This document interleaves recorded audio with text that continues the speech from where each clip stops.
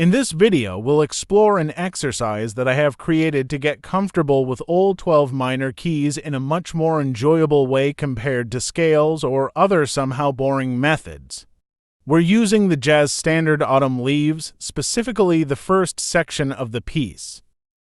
I chose Autumn Leaves because, beside being a really nice and easy-to-play tune, its harmonic structure follows a classic circle-of-fifths progression. In this kind of progressions, each chord's root drops a fifth from the one before. The sheet music you're seeing now is the example in G minor. You can see how every root moves down by fifths, touching all 7 degrees of the key. The scale used is natural minor for all chords in the progression, except for the one on the 5th degree, which uses melodic minor, as you can see from the melody in that final phrase. Just like in harmonic minor, building a 7th chord on the 5th degree of a melodic minor scale creates a chord with major third, making us feel the leading tone, and that perfect 5-to-1 resolution at the end. The exercise splits into 2 parts for optimal sound. Part 1 covers the first 6 keys from B minor to F sharp minor. I chose to move chromatically on purpose because this way no 2 consecutive keys share even a single chord, so you really have to reset your thinking and play every chord from scratch. Please note that the goal of this video isn't to show interesting voicings, but rather to use easily memorizable patterns across all keys. In fact, for a more pleasant and balanced sound, especially for the first 3 or for higher keys, we'd need to rearrange the piece, which would defeat the purpose of this exercise. For part 1, the left hand plays the root and the 7th, or the root and the 5th depending on the chord, while the right hand completes the chord with the missing 2 notes. On the final tonic chord, the left hand plays the root doubled at the octave, while the right hand plays the 3rd and the 5th. We'll see later how to slightly modify the voicing for part 2 of the exercise. Quick note on enharmonic keys. I'm showing B flat minor and G sharp minor over their enharmonically equivalent keys based on common piano usage. The exercise works identically either way. Now, let's jump right into part 1 with the first 6 keys.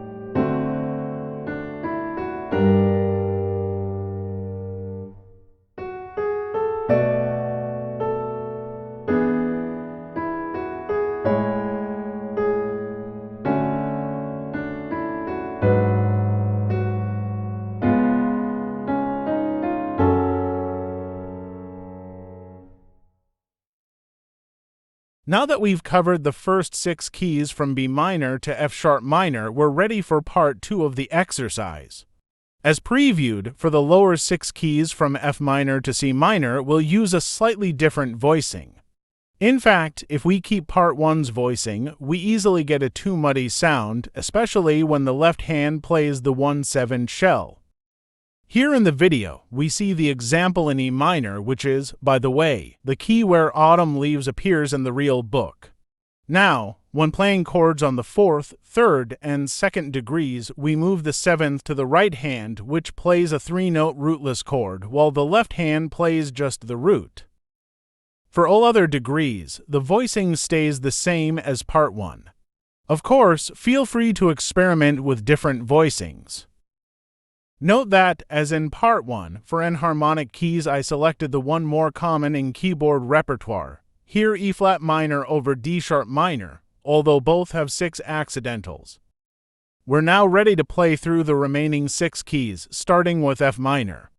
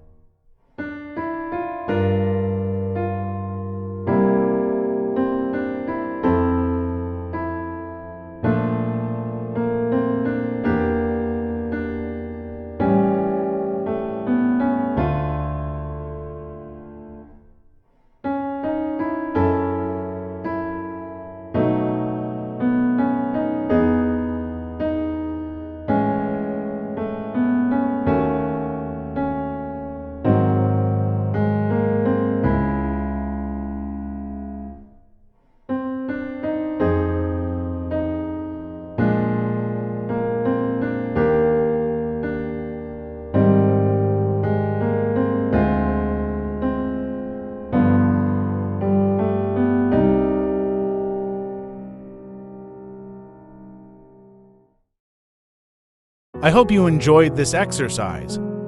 To increase its effectiveness, practice at gradually increasing speeds or shift through keys, for example moving from key to key by whole steps or other intervals.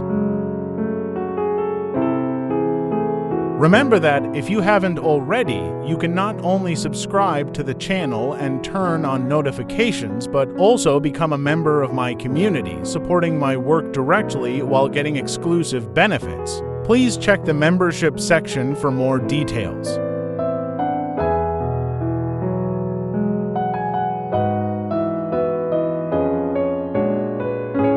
Keep making music, and see you in the next video.